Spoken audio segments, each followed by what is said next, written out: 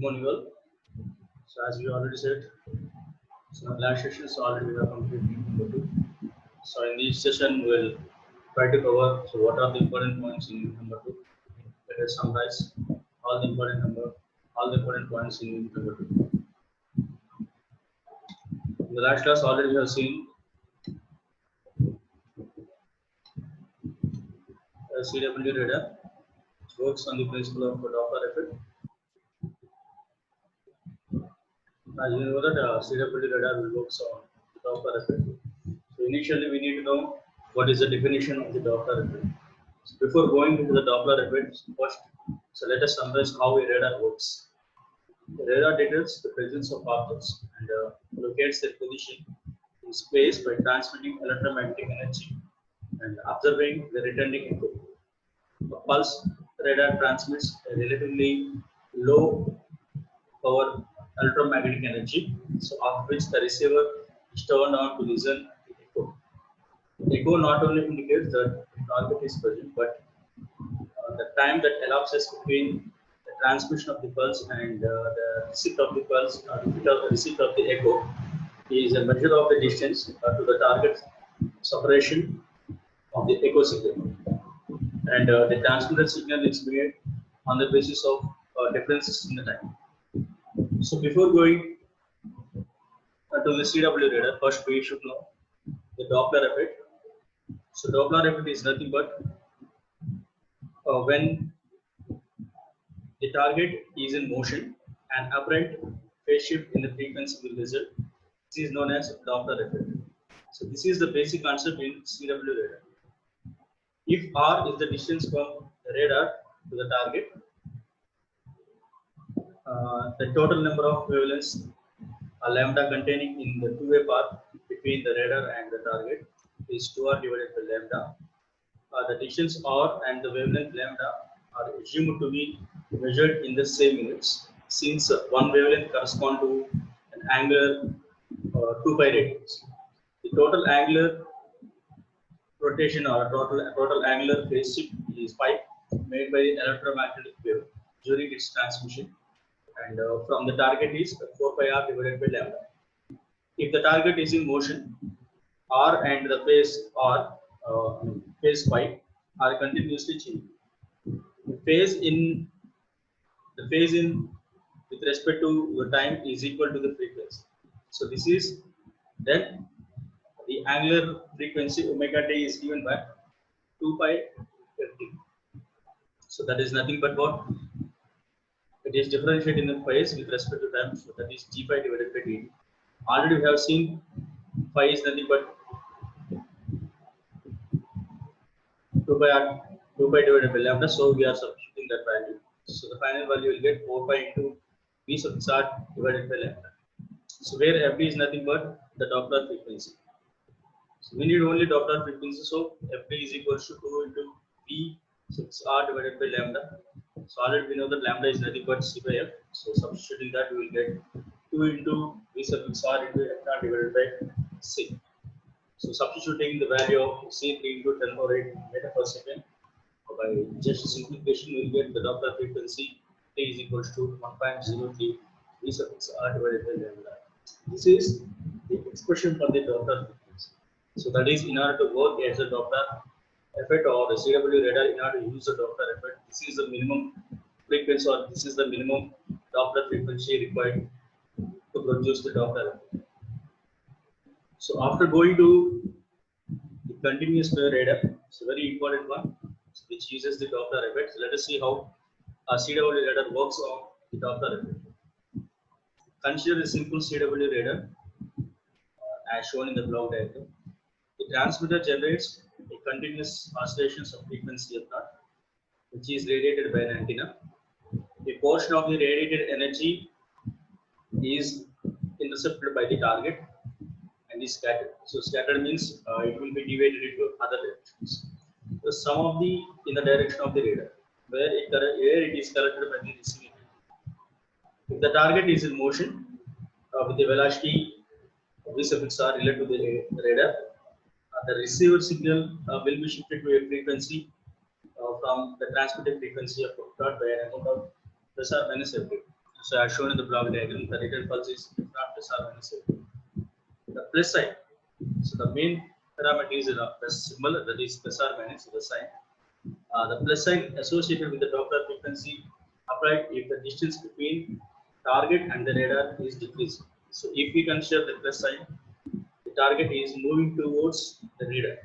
If we consider the Doppler frequency is a minus, then we will consider that the target is moving away from the radar. So that is, if it is plus, the target is moving towards the radar. This minus, we can consider the target is moving away from the radar. After that, the F0 minus FD go to the mixer FD. Go to the mixer.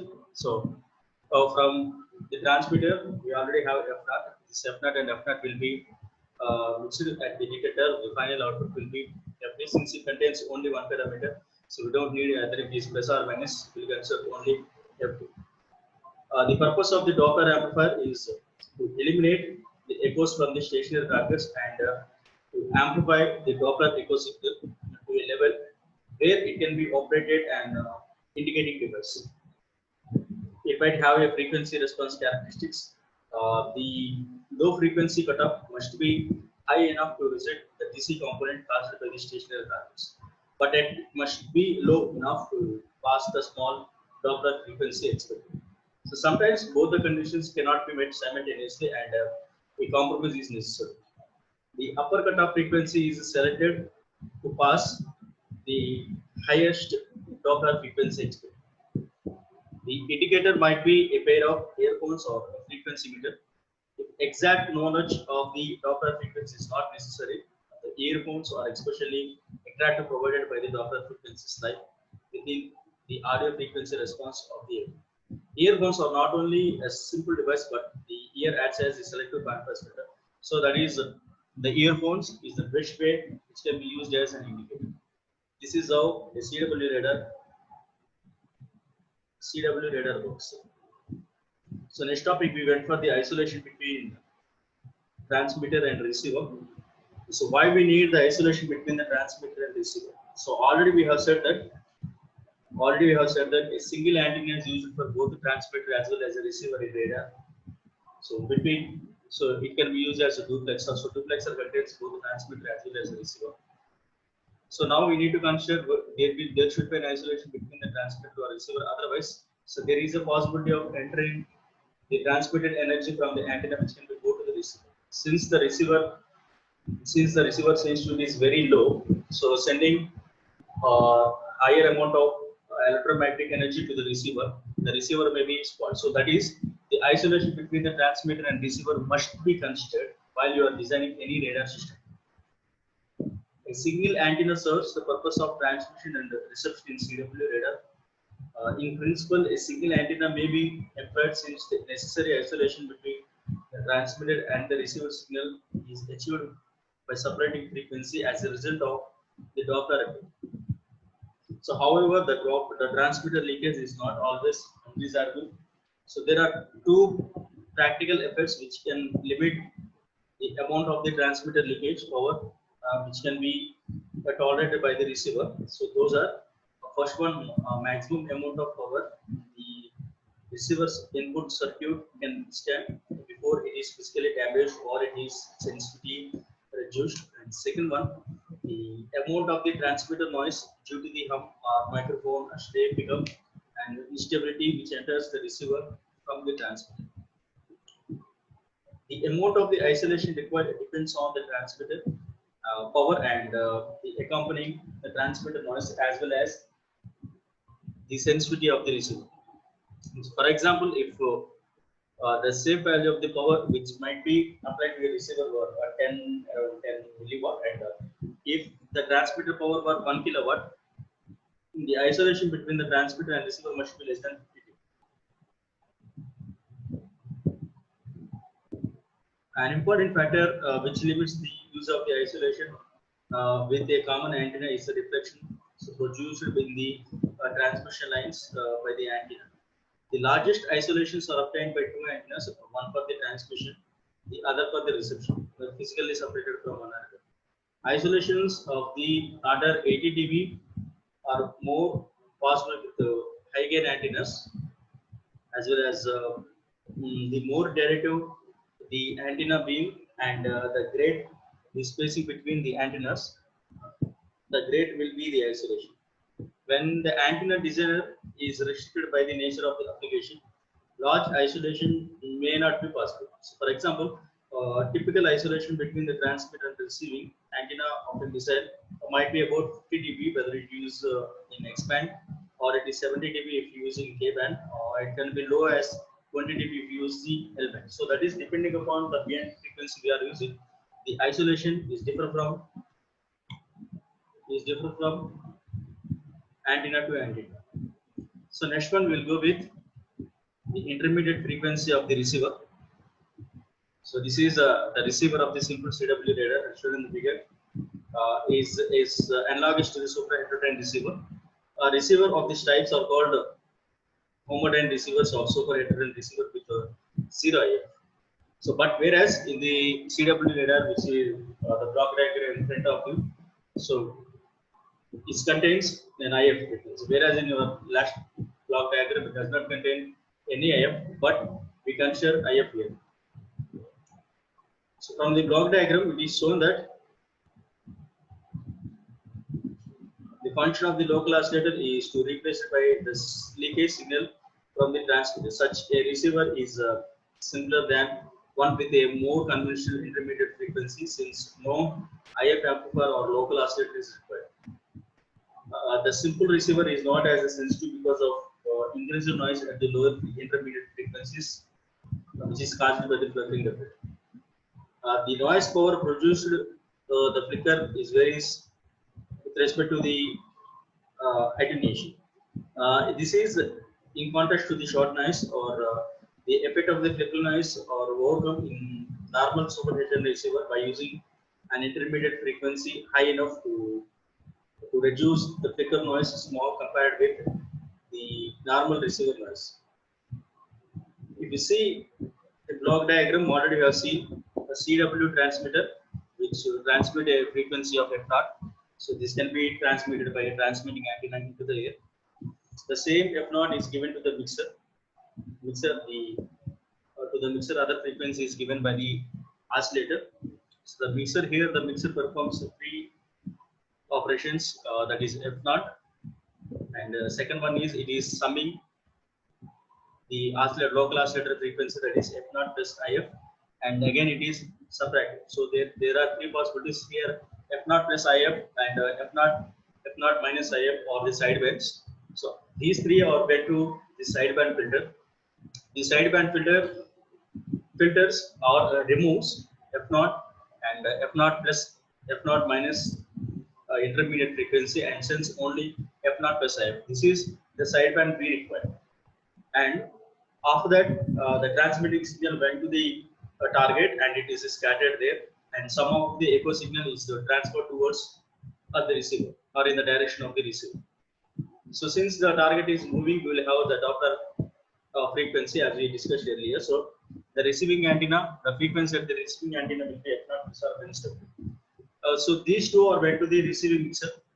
The same f naught and f naught will be cancelled. So the output from the receiver mixer is intermediate frequency plus or minus W. The same frequency is went to the IF amplifier, so where it amplifies to the required value, and after that it goes to the secondary cutter. So secondary cutter means it demodulates. Demodulates means the intermediate frequency will be eliminated by here and it will go to the Doppler amplifier. So Doppler amplifier means it amplifies the signal, and after that it will go to the indicator. This is how a CW radar works with non-zero IF. So after that we need to go with the receiver bandwidth. The main important parameter is the bandwidth of the receiver should be very suitable in order to receive all the possible signal. If the bandwidth is larger, so there is a possibility of receiving more number of signals. So the bandwidth of the receiver plays a major role while you are decoding the output. So one of the requirement of the Doppler frequency amplifier is a simple the IF amplifier of the side super heterodyne receiver. If the frequency of the Doppler shift echo signal were known before, a narrow band filter or one just wide enough to reduce the excess noise without eliminating a significant amount of the signal energy. Several patterns tend to spread CW signal energy over a finite frequency band. These must be known if an approximation to the bandwidth required for the narrowband Doppler filter is to be obtained. If the received waveform were a sine wave of the infinite duration, its frequency spectrum would be a delta function, and the receiver bandwidth would be infinite. So, but a sine wave of finite duration will give you bandwidth. Assume a CW radar with antenna beam lambda g that the receiver signal duration will be delta b divided pi b divided by pi s. In addition to this, the spread of the receiver signal spectrum caused by the finite time on the target, the spectrum may be further widened if the target crosses the fluctuations. And this is the filter bank. Why we are using the filter bank means paraband, a bad filter which each individual filter is wide enough to accept the signal energy, but not so wide so as to introduce more noise than needed. The central frequencies of the filter are staggered to cover the entire range of Doppler frequencies. If the filters are spaced with their half power points overlap, the maximum reduction in signal to noise ratio of the signal which lies midway between the adjacent channel compared with a signal to noise ratio at around 16. The more filters used to cover the band, the less will be the maximum loss experienced, but greater the probability of the false error. And after that, we went for the FMCW radar. The FMCW radar is nothing but what? The advanced version of the CW radar, which uses a frequency modulation. Why we are going the CW radar? Why we are going for FMCW radar? Even though we have CW radar, we have some disadvantage when compared when we are using a CW radar. The inability of the simple CW radar to measure the range is related to the relatively narrow bandwidth of its transmitted waveform. So some sort of timing mark must be applied to a CW carrier if the range is to be measured. The timing mark permits the time of the transmission and the time of the return to be recognized. The sharper or more distinct the time mark, the more accurate the measurement of the transit time. But the more distinct time mark, the broader will be the transmitter spectrum. This follows from the properties of the Fourier transform. A spectrum of CW transmission can be plotted by the application of the modulation. Either it can be amplitude modulation or frequency modulation or phase modulation. If we consider amplitude modulation, the narrow pulses, the more accurate the measurement of the range and broader the transmission of the transmitter spectrum. A widely used technique is broaden the spectrum CW radar into the frequency modulated carrier.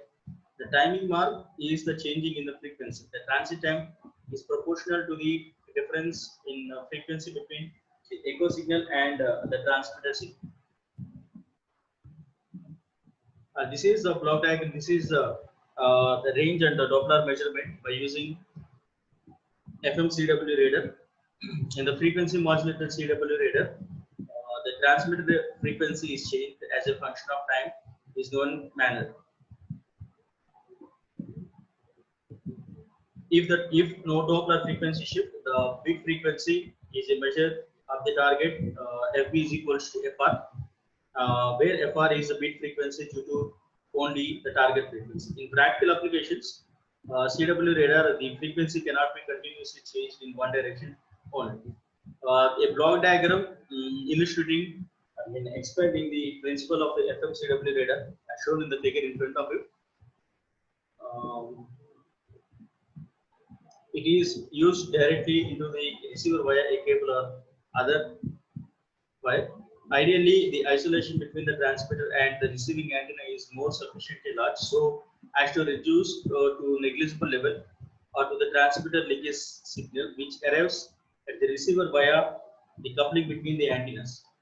The bit frequency is applied and limited to the remove any amplitude fluctuation. The frequency of the amplitude limited beat mode is measured with a cycle counting frequency method calibrated in the distance above. The target was assumed to be stationary.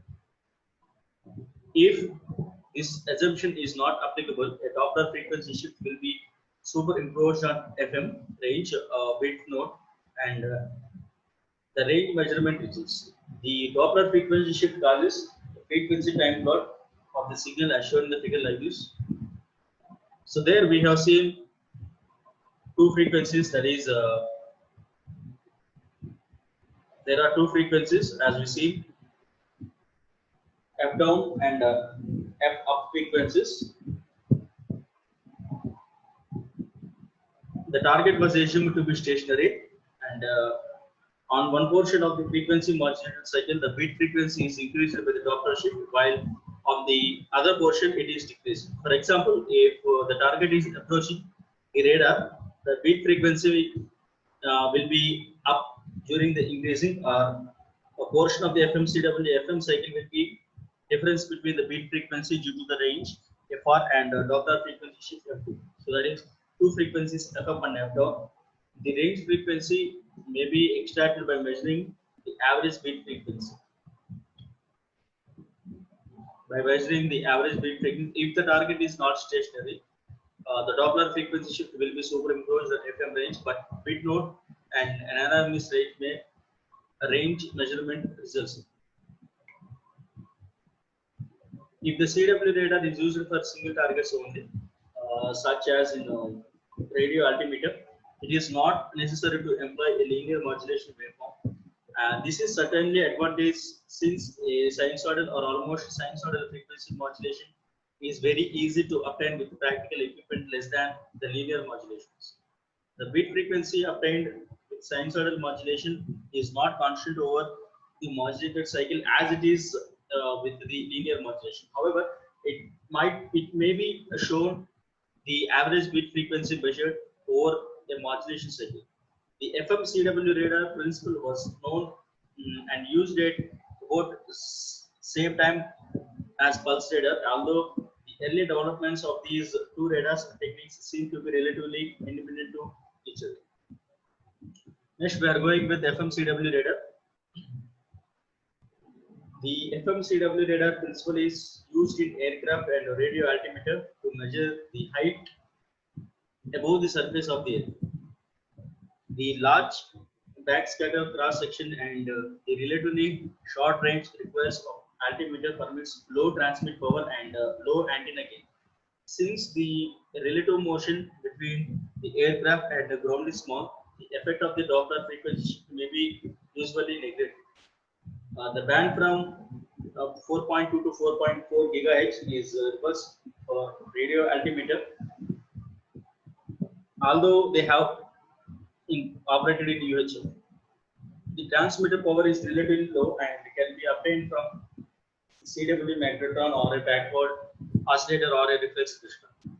The altimeter can apply a super heterodyne receiver, but the better sensitivity and the stability super heterodyne is preferable when its complex construction can be tolerated. The block diagram of the FMCW radar with a sideband super heterodyne receiver is as shown in the figure. Some portion of the frequency modulated transmitter signal is applied to the mixer along with the local oscillator signal. The selection of the local oscillator frequency is bit different from that in the usual super heterodyne receiver. The local oscillator frequency, intermediate frequency should be same as the intermediate frequency used in the receiver. Whereas in conventional super heterodyne receiver, the local oscillator frequency is the same order of the magnitude of the RX. The output of the mixer consists of the varying transmitter frequencies F0 of t plus two sideband frequencies, one on either sides of the F0 of t and separated from F0 of t by the local frequency oscillator. The filter selects the lower sideband, that is F0 minus FIF, and rejects the carrier and the upper sideband. The sideband that is passed by the filter is modulated in the same fashion as the transmitted signal. The sideband filter must have sufficient bandwidth to pass the modulation, but not the carrier or other sideband. But the filter sideband serves the function of the localist. When an echo signal is present, the output of the receiver mixer is an IF signal of the frequency F intermediate frequency plus FP, where FP is composed of the range FR and the Doppler velocity of T. The IF signal is amplified and applied to the balanced detector along with the local oscillator signal frequency, that is FIF. The output of the detector contains the beat frequency and the range frequency and the Doppler frequency, which is amplified to a level where it can add to the frequency measuring circuit. A target at short range will generally result in a strong signal at low frequency, while one at long range will result in a weak signal at high frequency. Therefore, the frequency characteristics of the low frequency amplifier in FMCW radar may be shaped to provide attenuation at the lower frequency corresponding to short ranges and large echo signals. Less attenuation is applied for higher frequencies, and whereas the echo signals are weak. The echo signals from an isolated target varies inversely as the fourth power of the range, as is well known from the radar equation. Another method of processing the range of the height information from the altimeter so as to reduce the noise output from the receiver and improve the sensitivity uses a narrow bandwidth, low frequency amplifier with feedback loop to maintain the beat frequency constant. So next we will refer the measurement of errors. The absolute accuracy of the radar altimeter is usually of more important at low altitudes than high altitudes. So errors of few meters might not be a significance when the cursing altitudes of around 10 kilometers, but the important if the altimeter is a part of the bind handling system. The theoretical accuracy with which the distance can be measured depends upon the bandwidth of the transmitted signal and the ratio of the signal energy to noise energy. So in addition, measurement accuracy might be limited by such practical restrictions as the accuracy of the frequency measuring device, the residual path length error caused by the circuits and transmission lines, error caused by the multiple reflections and transmitter leakage, and the frequency error due to the turnaround of the frequency modulation. A common form of the frequency measuring device is the cycle encoder, which measures the number of unwanted signals. The unwanted signals includes there are 5 unwanted signals. So the first one is the reflection of the transmitted signal at the antenna caused by the impedance mismatch. The second one is standing wave pattern on the cable feeding the reference signal to the receiver due to poor mismatch. Third one, the leakage signal entering the receiver via coupling between the transmitter and the receiving antennas. This can limit the ultimate receiver sensitivity, especially at high frequencies or higher heights. The interference due to the power being reflected back to the receiver transmitter, causing a change in the impedance seen by the transmitter. This is usually important than low heights. It can be reduced by attenuator introduced in the transmission line at the low altitude or by a direction coupler or an oscillator. And fifth one, the double bounce signal. So these are the different types of measurement errors we'll use in CW radar while you are measuring. And after that, we went with multiple frequency CW radar. So previously already we have seen the CW radar, frequency modulated CW radar. There we have considered only one frequency. So now we'll go with the multiple frequency radar. So multiple frequency radar means we're using more frequencies. Although it has been said in that a CW radar does not measure the range, it is possible under some circumstances to do so by measuring the phase of the echo signal relative to the phase of the transmitted signal.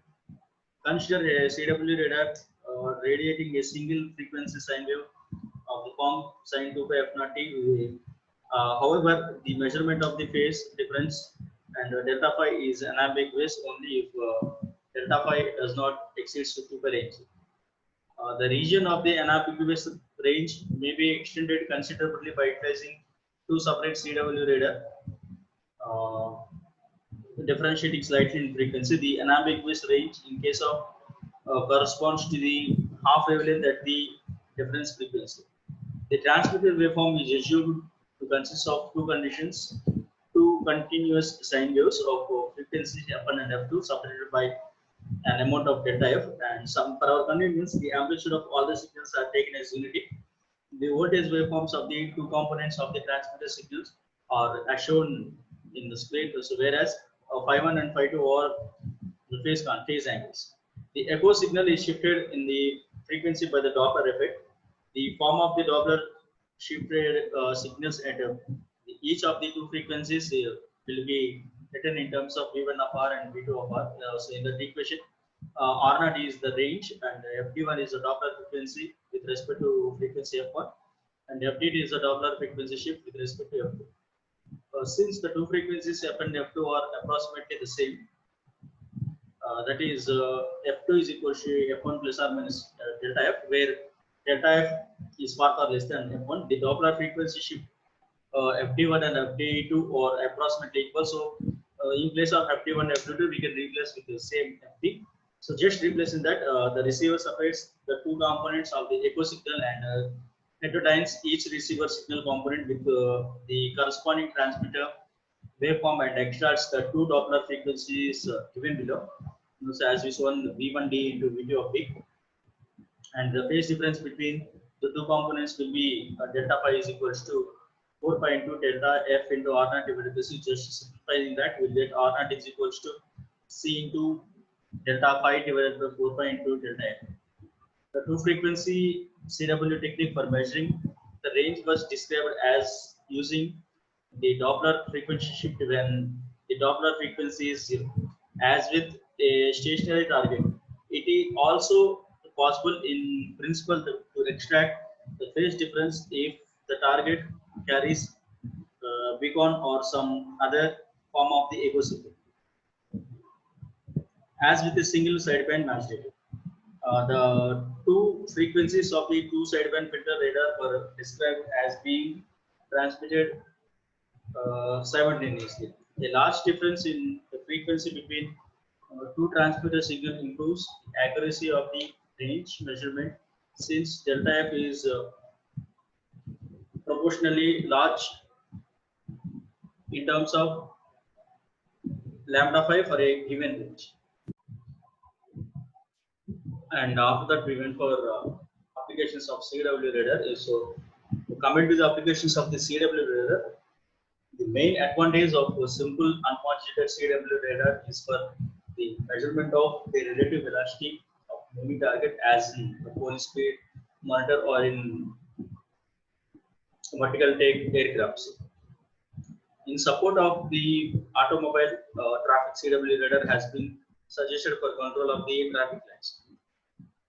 It has been used for the measurement of the railroad car velocity during the operation in marshalling yards, and as a detection device to give track maintenance personal advance warning of approaching trains. The principal advantage of CW Doppler playing over the method of measurement speeds is that there need not be any physical contact with the object whose speed is being measured.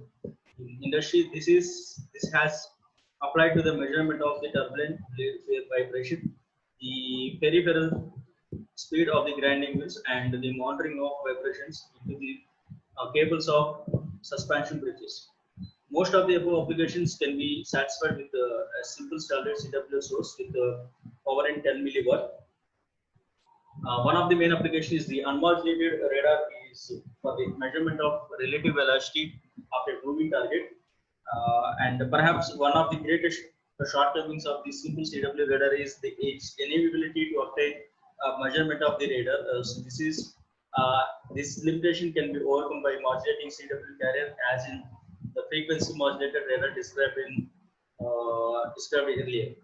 CW radar, when used for short or moderate ranges, is characterized by a simpler equipment than a pulse radar.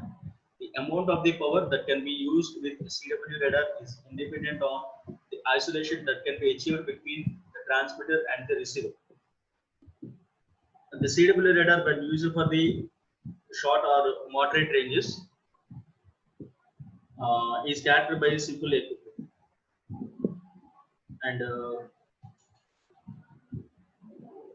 the CW radar operation also allows in presence of the clutter and has been well saturated for low altitude missiles defense system. And some anti-airways guided missile system employ semi-active homing guidance in which a receiver is the missile receive energy from the target. The energy having been transmitted from the illuminated external to the missile. So apart from these applications, CW radar has enormous applications in different fields such as military and police sectors.